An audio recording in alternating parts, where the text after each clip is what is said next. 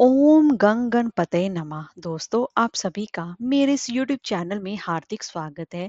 दोस्तों, वैशाख मास की कृष्ण पक्ष की संकष्टी चतुर्थी जो कि श्री गणेश जी को समर्पित है और इसे विकट संकष्टी चतुर्थी के नाम से जाना जाता है। इस दिन भगवान श्री गणेश जी की पूजा उपासना विधि विधान से की जाती है और भगवान गणेश की पूजा उपासना करने से जीवन के सभी कष्ट दूर होते हैं और मनोकामनाएं भी पूर्ण होती हैं। इस संकष्टी चतुर्थी का सबसे ज्यादा खास महत्व माना जाता है क्योंकि ये वैशाख मास में पड़ रही है। वैशाख मास श्री हरि जी को बहुत ही ज्यादा प्रिय है। इस मास में की जाने वाली पूजा पाठ जप तप का सबसे ज्यादा खास महत्व माना जाता है। तो ऐसे में श्री गणेश जी के पूजन उपासना करने से भी जीवन के संकट दूर होते हैं।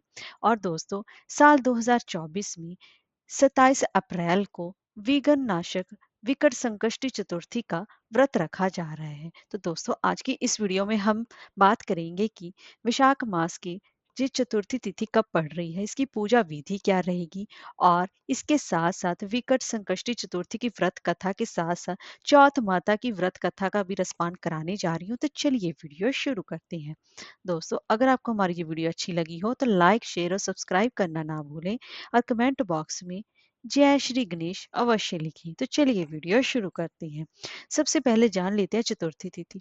27 अप्रैल 2024 दिन शनिवार को सुबह 8:17 से प्रारंभ हो रही है, जो कि 28 अप्रैल रविवार को सुबह 8:21 तक रहेगी। तो चंद्रमा इस दिन चंद्रमा की विशेष रूप से पूजा उपासना की जाती है। तो ऐसे में 27 अप्रैल को ही ये व्रत रखा जाएगा और दिन इस दिन शनिवार पड़ रहा है और चंद्रमा को अर्घ देने के बाद व्रत का पारण किया जाता है। जो चंद्रमा को अर्घ देने का समय रहेगा शनिवार को रात्रि के 10:21 पर। अब जान लेते हैं इस दिन पूजा विधि क्या रहेगी। इस संकष्टी चतुर्थी के दिन सुबह ब्रह्म मुहूर्त में जल्दी उठना चाहिए और उसके बाद प्रतिदिन के कामों से निवृत्त होकर आपको गंगा जल मिले युक्त पानी से स्नान करना चाहिए। फिर साफ सुथरे वस्त्र धारण करने चाहिए। उसके बाद आपको अपने पूजा घर में गंगा जल छिड़कना चाहिए। फिर उसके बाद आपको एक लकड़ी का पाटा लेना चाहिए और उस पर आपको लाल कपड़ा बिछाकर गणेश जी की स्थापना करनी चाहिए। सबसे पहले आपको घी का दीपक जलाएं, उसके बाद आपको पूजा का संकल्प लेना चाहिए। फिर गणेश जी का ध्यान करने के बाद उनका आवाहन करना चाहिए। इसके बाद श्री गणेश जी को स्नान कराएं, सबसे पहले जल से और फिर पंचामृत से दूध दही घी शहद और चीनी का मिश्रण मिलाकर उनका अभिषेक करें। फिर पुनः उनको शुद्ध जल से स्नान कराएं। गणेश जी के मंत्रों व चालीसा व स्त्रोतों आदि का पाठ करें। इसके बाद गणेश जी की प्रतिमा पर सिंदूर चंदन फूल और फूलों की माला भी अर्पित करनी चाहिए। गणेश जी को वस्त्र भी चढ़ानी चाहिए। अगर आपके पास वस्त्र नहीं है तो आप वस्त्र रूपी कलावा जो हम हाथ में बांधते हैं उसको भी आप अर्पित कर सकते हैं। और उसके बाद आपको नैवेद्य उनको चढ़ाना चाहिए। नैवेद्य में उनको मोदक मिठाई गुड़ और फल या उन्हें लड्डू बहुत ज्यादा प्रिय हैं, आप उनको ये अवश्य चढ़ाएं। उसके बाद संकष्टी यानी कि विकट चतुर्थी की कथा का श्रवण करना चाहिए अथवा पढ़नी चाहिए। फिर गणेश जी की आरती करें और उसके बाद प्रसाद सभी जनों में बांटें और रात को चंद्रमा को अर्घ देने के बाद ही अपने व्रत का पारण करना चाहिए। इस तरीके से वैशाख मास की इस संकष्टी चतुर्थी की श्री गणेश जी की विधि विधान से पूजा उपासना करनी चाहिए। अब व्रत कथा का रसपान करते हैं। एक बार माँ पार्वती जी ने भगवान श्री गणेश जी से पूछा कि वैशाख मास के कृष्ण पक्ष की आने वाली संकष्टी चतुर्थी को किस नाम से जाना जाता है। इस चतुर्थी में तुम्हारे कौन से स्वरूप का पूजन उपासना की जाती है, उसका क्या विधान है और उस दिन भोजन में क्या ग्रहण करना चाहिए। तब गणेश जी ने बड़ी ही विनम्रता से कहा, हे माता, आपने बड़ा ही उत्तम प्रश्न पूछा है। वैशाख मास के कृष्ण पक्ष को आने वाली संकष्टी चतुर्थी को विकट संकष्टी चतुर्थी के नाम से जाना जाता है। इस चतुर्थी पर मेरे विकट स्वरूप की पूजा उपासना की जाती है तथा व्रत के पश्चात रात्रि में कमल गट्टे का हलवा भोज के स्वरूप में ग्रहण किया जाता है। हे माते, द्वापर युग में राजा युधिष्ठिर ने भी यही प्रश्न भगवान श्री कृष्ण जी से पूछा था और उत्तर में जो भगवान श्री हरि कृष्ण जी ने कहा था वही मैं अपने शब्दों में आपसे कह रहा हूँ। अंत आप इसे ध्यान पूर्वक सुनिएगा। भगवान श्री कृष्ण जी ने कहा कि हे राजन, इस कल्याणकारी व्रत का जिस किसी ने भी अनुष्ठान किया है और इस व्रत को करने से जिस पुण्य फल की प्राप्ति होती है वही मैं तुम्हें कथा के माध्यम से कह रहा हूँ। अंत तुम इसे अब ध्यान पूर्वक सुनना। प्राचीन काल में रंती देव नाम के एक परम प्रतापी राजा हुए थे। जैसे अग्नि तृण को जलाकर राख कर देती है, वैसे ही अपने शत्रुओं का वे विनाश कर देते थे। उनकी मित्रता यम, कुबेर और इंद्र आदि देवताओं से भी थी। उन्हीं के राज्य में धर्म केतु नाम के एक श्रेष्ठ ब्राह्मण रहा करते थे। उनकी दो पत्नियां थीं। उनमें से एक का नाम था सुशीला और दूसरी का नाम था चंचला। सुशीला शुरू से ही धर्म कार्य में अग्रसर थी और नित्य कोई ना कोई व्रत अनुष्ठान किया करती थी। व्रत के फलस्वरूप उसका शरीर दिन प्रतिदिन दुर्बल होता जा रहा था। उसके बिल्कुल विपरीत चंचला का मन धर्म काज में कभी ही नहीं लगता था और वो कोई व्रत और उपवास भी नहीं किया करती थी और हर पल भर पेट भोजन किया करती थी। कुछ समय के पश्चात दोनों ने गर्भ धारण किया और सुशीला को सुंदर लक्षणों वाली एक कन्या की प्राप्ति हुई और वही चंचला को पुत्र रतन की प्राप्ति हुई। पुत्र रतन की प्राप्ति होने पर भी चंचला का अभिमान उसके सिर चढ़कर बोलने लगा। वो अब बारंबार सुशीला को ताने मारने लगी थी। अरे सुशीला, तूने अपने जीवन काल में कितने व्रत उपवास किए और अपने शरीर को दुर्बल बना डाला, और बदले में तुझे क्या मिला? एक कृषकाय कन्या। यहाँ मुझे देख, मैं कभी व्रत उपवास के चक्कर में नहीं पड़ी और हमेशा भर पेट भोजन करके रिष्ट पुष्ट ही रही। अब मुझे मेरी ही तरह हृष्ट पुष्ट एक पुत्र का जन्म भी हुआ है। अपनी सौत के व्यंग्य बाण सुशीला के हृदय को आहत करने लगी। वो परम प्रतिव्रता स्त्री अब विधिवत श्री गणेश जी की उपासना करने लगी। अब सुशीला ने भी संकट नाशक गणेश जी का व्रत किया।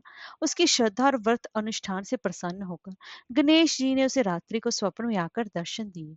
श्री गणेश जी ने कहा कि हे पुत्री, मैं तुम्हारी निस्वार्थ आराधना से अत्यधिक प्रसन्न हूँ। तुम्हारे व्रत अनुष्ठान से प्रसन्न होकर मैं तुम्हें वरदान देता हूँ कि तुम्हारी कन्या के मुख से सदैव मोती और मूंगा ही प्रवाहित होंगे। हे सुशीले, इससे तू सदैव प्रसन्न चित्त रहेगी। इतना ही नहीं, तुझे वेद शास्त्र वेदना एक पुत्र की प्राप्ति भी होगी। इस प्रकार वरदान देकर श्री गणेश जी अंतर ध्यान हो गए। प्रातः काल होने पर जब सुशीला ने देखा तो वरदान के फल स्वरूप उसकी पुत्री के मुख से मोती और मूंगा झड़ने लगे।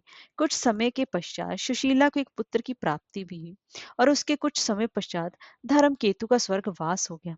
अपने पति की मृत्यु के पश्चात चंचला घर का सारा धन समेट कर दूसरे नए घर जाकर रहने लगी।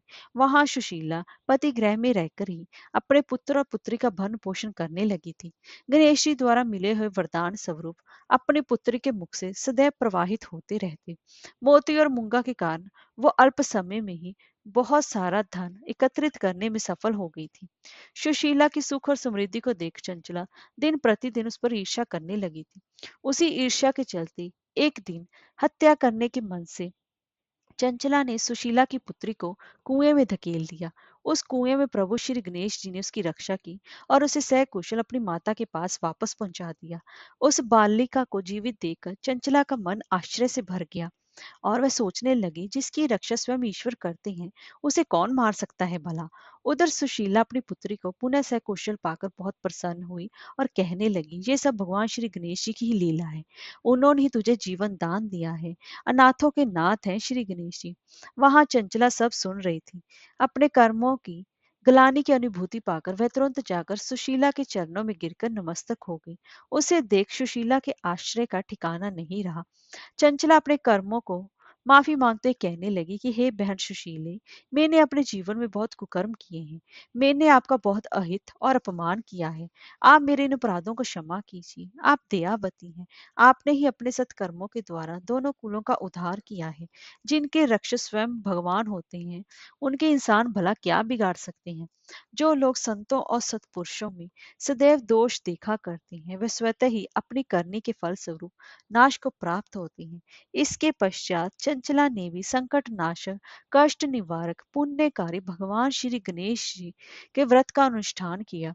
श्री गणेश जी के व्रत के फल स्वरूप दोनों स्त्रियों में अब परस्पर प्रेम भाव स्थापित हो गया था। जो मनुष्य अपनी पूर्ण श्रद्धा से गणेश जी की पूजा आराधना करते हैं, उसके शत्रु भी मित्र में परिवर्तित हो जाते हैं। जहाँ सुशीला द्वारा किए गए संकट नाशक श्री गणेश जी के व्रत अनुष्ठान से चंचला का हृदय परिवर्तन हुआ था। भगवान श्री हरि कृष्ण कहते हैं कि हे धर्मराज, आप भी विधि विधान से इस संकट नाशक, कष्ट निवारक श्री गणेश जी का व्रत अनुष्ठान करें। इसके चलते आपको अष्ट सिद्धियों एवं नव निधियों की प्राप्ति होगी। हे कुंती नंदन, आप इस व्रत का अनुष्ठान अपनी माता धर्म पत्नी सभी भ्राताओं के साथ कीजिए। इस व्रत के पुण्य प्रभाव से आपको पुण्य आपके राज्य की प्राप्ति कुछ ही समय में हो जाएगी। श्री गणेश जी माता पार्वती से कहते हैं कि हे माते, मैंने पूर्व काल का सारा वृतांत आपको सुना दिया। इस युग में भी इस व्रत से श्रेष्ठ और कोई भी विघ्न नाशक व्रत नहीं है। दोस्तों, अब मैं आपको चौथ माता की व्रत कथा सुना रही हूँ। एक सेठ सेठानी थी। उनके एक बेटा और बहू थी। बहू सबको भोजन करा के फिर स्वयं भोजन करती। एक पड़ोसन ऐसी भी थी जो रोज पूछती कि बहू आज क्या बनाया है, खाया है। बहू कहती ठंडो बासी। एक दिन उसके पति ने ऐसा सुनकर विचार किया कि आज तो पकवान बनाए जाए, फिर देखें कि मेरी पत्नी क्या कहती है। उसने तरह तरह के पकवान बनाए और घर के सभी लोगों ने एक साथ बैठकर भोजन किया। आज भी पड़ोसन ने पूछा तो बहू ने कहा ठंडो बासी। सेठ के लड़के ने सोचा हो ना हो कोई बात अवश्य है जिससे कि मेरी पत्नी ऐसा कहती है। उसने पत्नी से पूछा तुम रोज ठंडो बासी खाया ऐसा क्यों कहती हो, जबकि अपन अब सबने साथ बैठकर कई तरह के पकवान खाए। उसकी पत्नी बोली हम लोग जो खा रहे हैं वो बाप बूढ़ों की कमाई है। जिस दिन आप कमा कर लाओगे उस दिन मैं समझूंगी कि ताजा भोजन कर रही हैं। अब एक दिन लड़के ने माँ से कहा मैं एक बड़े शहर में कमाई करने जा रहा हूँ। माँ बोली बेटा अपने पास इतना धन है कि खाया नहीं खुटेगा। माँ के मना करने पर भी बेटे ने स्वयं कमाने का दृढ़ निश्चय कर लिया और जाते समय पत्नी से कहा मैं जब तक कमाकर बहुत सा धन लेकर ना आऊं तुम चूल्हे की आग मत बुझने देना। एक दिन चूल्हे की आग बुझ गई तो वह मन ही मन घबराने लगी। कहीं मेरे पति पर संकट तो नहीं आन पड़ा। जल्दी से पड़ोस में से आग लाकर चूल्हे में रख दूं। ऐसा विचार करके पड़ोस में गई। वहां पड़ोसन चौथ माता का व्रत पूजन कर रही थी। पड़ोसन ने कहा थोड़ी देर में आकर ले जाना। बहू ने पड़ोसन से पूछा आप ये व्रत क्यों करती हैं, इससे क्या मिलता है। पड़ोसन ने कहा चौथ माता के इस व्रत को करने से अन्न लक्ष्मी मिले और अपनी मनोकामना पूरी हो। अब बहू भी चौथ माता का व्रत करने लगी और दीवार पर चौथ माता बनाई। उस दिन घी गुड़ का चूरमा बनाकर रात्रि को चंद्रमा को अर्घ देकर भोजन करती। ऐसा करते करते बहुत दिन हो गए। चौथ माता ने उस बहू के पति को सपना दिया कि साहूकार का बेटा तू जागे कि सोए, तेरी पत्नी बहुत याद कर रही है। घर जाकर उसकी चिंता मिटा। तू दुकान खोलकर कुंकू केशर का पगल्य बना के बैठ जाना, आ तेरा हिसाब किताब चुकता हो जाएगा। अब तो चौथ माता ने जैसा कहा था वैसा ही हुआ।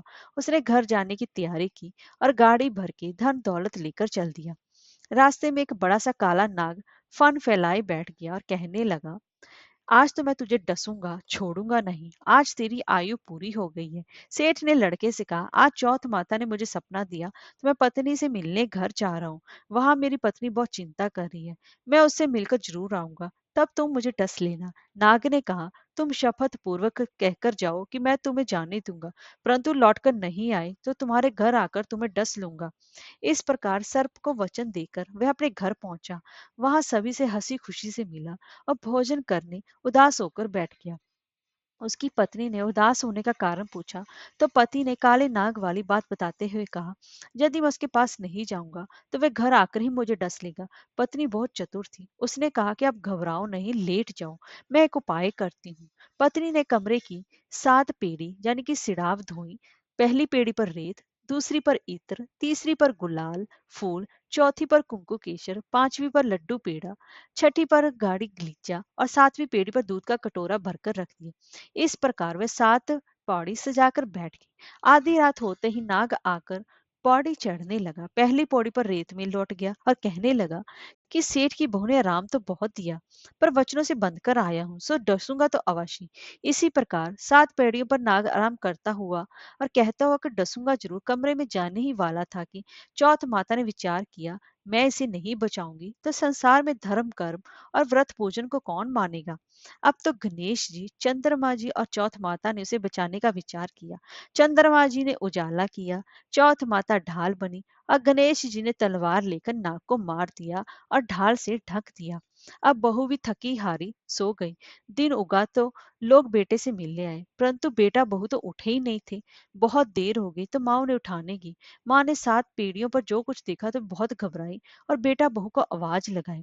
बहू और बेटा उठे तो देखा कि एक ढाल तलवार वहां पड़ी है। अब ढाल उठाई तो वही काला नाग मरा हुआ पड़ा है। बेटा बहू ने सोचा, आज तो धर्म कर्म ही आड़े आए, जो भगवान श्री गणेश और चौथ माता ने आपकी रक्षा की है। हे चौथ माता, आपने जैसी सेठ की बहू, बेटे और बहू की रक्षा की, वैसे ही सबकी रक्षा करना। बोलिए श्री गणेश भगवान की जय, बोलिए चौथ माता की जय।